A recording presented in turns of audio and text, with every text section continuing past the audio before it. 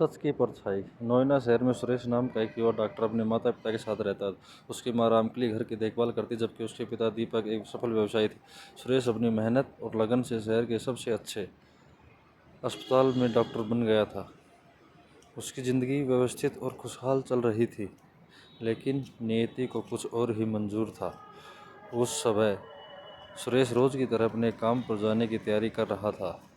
उसकी माँ उसे हमेशा के लिए नाश्ता खाने के लिए रोक रही थी। सुरेश रोज़ सुबह बिना नाश्ता के ऑफिस भाग जाता है। थोड़ा खा ले, माँ ने नाराज़गी जताई। अच्छा माँ, खा रहा हूँ, लेकिन जल्दी करो, देर हो रही है, सुरेश ने मुस्कुराते हुए कहा। जैसे ही वह नाश्ता करने बैठा, उसका फ़ोन बज उठा। दूसरी तरफ से आवाज़ आई, सुरेश, ऋषि ऋषि नहीं रहा। सुरेश के हाथ से चम्मच गिर गई। वह अविश्वास में चिल्लाया, क्या? यह कैसे हो सकता है? ऋषि उसका बचपन का सबसे करीबी दोस्त था। सुरेश ने तुरंत अपने दोस्त के घर जाने का फैसला किया। ऋषि के घर पहुंचकर उसने देखा कि पुलिस वहां पहले से मौजूद थी। इंस्पेक्टर ने बताया, ऋषि की मौत ड्रग ओवरडोज से हुई है। सुरेश के लिए यह बात असहनीय थी। उसने इंस्पेक्टर से कहा, यह असंभव है, ऋषि ऐसा कभी नहीं कर सकता, वह नशे से कोसों दूर था।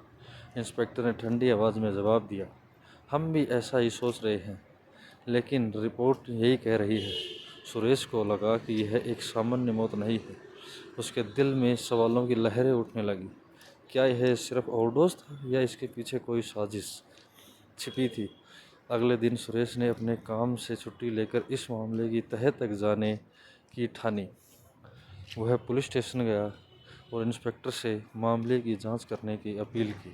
इंस्पेक्टर साहब, मुझे यकीन है कि ऋषि की मौत सामान्य नहीं है, मुझे इसकी जांच करने दें। डॉक्टर साहब, यह पुलिस का काम है, आप अपने मरीजों का ध्यान रखें, इंस्पेक्टर ने रूखे लहजे में कहा। सुरेश ने पुलिस की अनदेखी के बावजूद खुद जांच शुरू कर दी। उसने ऋषि के दोस्तों से बात की, लेकिन किसी को कुछ पता नहीं था। कई दिनों की मेहनत के बाद सुरेश को शहर के एक कोने में एक ऑमलेट की दुकान दिखी, जो उसकी नज़र में संदिग्ध लगी। वहाँ के दाम बहुत कम थे। भैया, एक आमलेट बना दो। इतने कम दाम में दुकान कैसे चला लेते हो? साहब, जैसे तैसे चला रहे हैं, आप खाइए। सुरेश ने बहाना बनाकर दुकान के किचन में झांका और वहाँ ड्रग्स के पैकेट दिखे। यह देखकर वह हैरान रह गया। उसने तुरंत पुलिस को सूचना दी। पुलिस की जगह 2 लोग दुकान पर पहुंचे और खुद को पुलिस वाला बताया। उन्होंने कहा, यह एक सीक्रेट ऑपरेशन है, हम असली पुलिस हैं, यहाँ की जांच मत करो। सुरेश ने उन पर भरोसा कर लिया और उनके साथ सहयोग करने लगा, लेकिन वह नहीं जानता था कि वे असली पुलिस नहीं है, बल्कि एक ड्रग माफिया के सदस्य थे। सुरेश ने उनके कहने पर एक ड्रग डीलर से संपर्क किया, लेकिन असली पुलिस ने उसे वहीं पकड़ लिया। जब सुरेश ने अपनी सफाई दी तो पुलिस ने बताया कि जिन 2 लोगों पर उसने भरोसा किया था, वे असली पुलिस नहीं थे, तुम्हें धोखा दिया गया। डॉक्टर साहब, वे ड्रग्स माफिया के लोग थे, अब हमें सबूत चाहिए कि तुम निर्दोष हो, इंस्पेक्टर ने कहा। पुलिस ने सुरेश को उनके जाल में फंसाने दिया। माइक और कैमरों की मदद से वे उन नकली पुलिस वालों तक पहुंच गए। जब असली मास्टरमाइंड का खुलासा हुआ तो रमेश के होश उड़ गए। ड्रग माफिया का असली मास्टरमाइंड कोई और नहीं, बल्कि उसका अपना पिता प्रदीप था। पापा, ये क्या कर रहे हो आप? आपने मेरे दोस्त की जान क्यों ली? उसने हमारे धंधे की सच्चाई जान ली थी।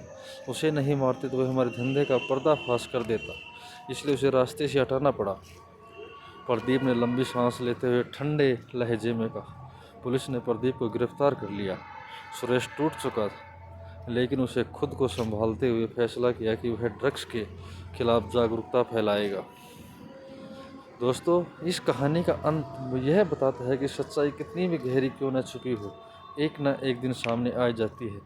यह सुरेश के लिए एक दर्दनाक लेकिन शिक्षाप्रद अनुभव था। जय हिंद दोस्तों। अगर वीडियो अच्छा लगा तो कृपया इसे सब्सक्राइब और लाइक ज़रूर करें।